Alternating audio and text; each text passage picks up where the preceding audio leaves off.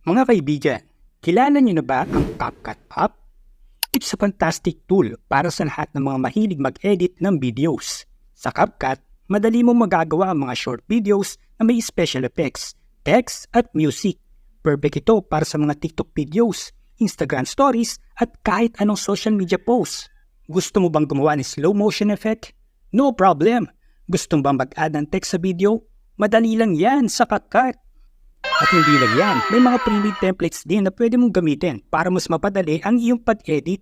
Imagine professional-looking videos in just a few taps. So kung mahilig ka sa video editing at gusto mong i-take it to the next level, bakit hindi mo subukan ang CapCut?